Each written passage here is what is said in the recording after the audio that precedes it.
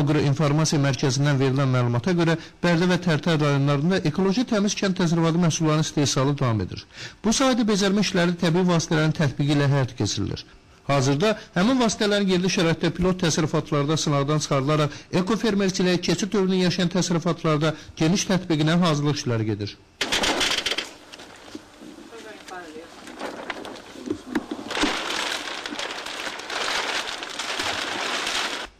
İndi sizə Respublikanın ən gənc fermerlərini göstərəcəyik.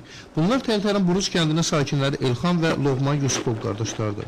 Günlərin birində onların atası Füzuli Aqroinformasiya Mərkəzinin təşkil etdiyi ekoloji təmiz məhsullar barədəki tədbirdən evə qayıdarkən təəssüratlarını ailə üzvləri ilə bölüşür və ekoloji məhsulların becərilməsi haqqında söhbət edir. Sizin neçə yaşınız var? Mənim 21.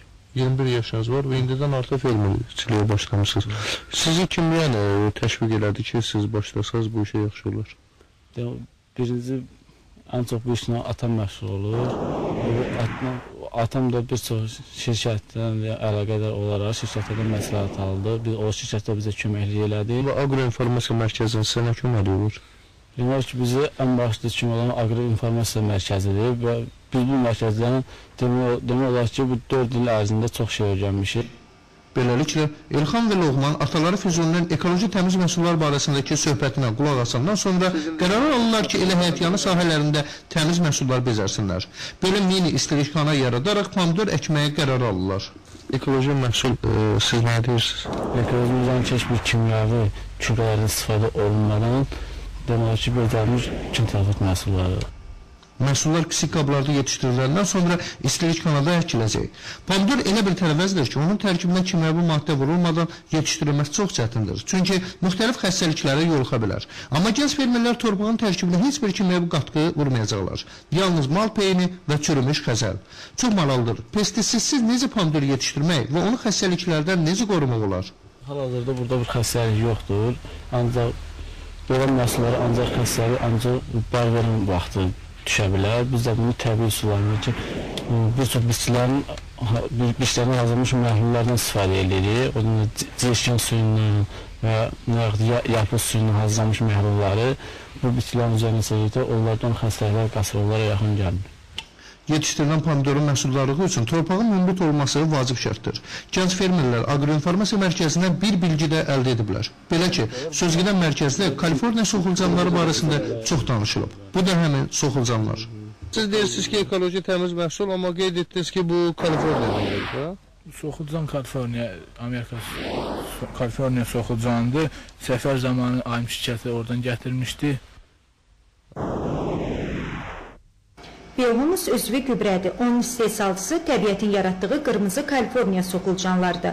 Adi yağış soxulcanlarından daha böyük miqdarda qida qəbul etmələri ilə fərqlənən qırmızı Kaliforniya soxulcanları sutka ərzində öz çəkisi qədər qida qəbul edir və onun 60%-ni ifraz edir.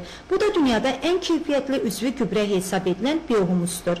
Qırmızı Kaliforniya soxulcanı üzvü tullantılarla qidalanır. Emal üçün əsasən mal peynindən istifadə olunur. İstehsal mücizəsi soxulcanın bağırsağında baş verir. Adi peyin soxulcanın bağırsağından keçdikdən və ifraz olunduqdan sonra onun üzvü gübrə kimi keyfiyyəti 15-20 dəfə artır. Biohumusun sənaye istehsalının pioneri Kaliforniyalı iş adamı Hep Carter olmuşdu. 1947-ci ildə Hep Carter ilk dəfə soxulcanların inkişafı ilə məşğul olmağa başlamış və çox böyük uğur əldə etmişdi. Yerli soxulcana oxşuyur, lakin bunun rəngi biraz qırmızı, onlardan da biraz cəld işləyir. Onlar torpağı həzm edərək humusun hazırlanmasında bizə kömək edir. Yəni ki, bitkinin dibinə veririk bunu. Torpağı deməli ki, mümbitləşdirir, suyunu da halına gətirir, mümbitləşdirir. Biz də bundan səmərli istifadə edə bildik. Onda deməli sizin ancaq soxulcan Kaliforniyaya gətirilib. Vəssalam. O da torpağın mümbitləşdirmək. Aqroinformasiya Mərkəzi aqronom, fermer və şəxsi təsərrüfat sahiblərinə tövsiyə edir ki, torpaqların münbitliyini bərpa etmək, əkin sahələrini ekoloji cəhətdən təmiz və yüksək məhsul almaq istəyirlərsə, onların təbiətin möcüzəsi olan təbii gübrədən, biohumusdan istifadə etmək tövsiyə olunur.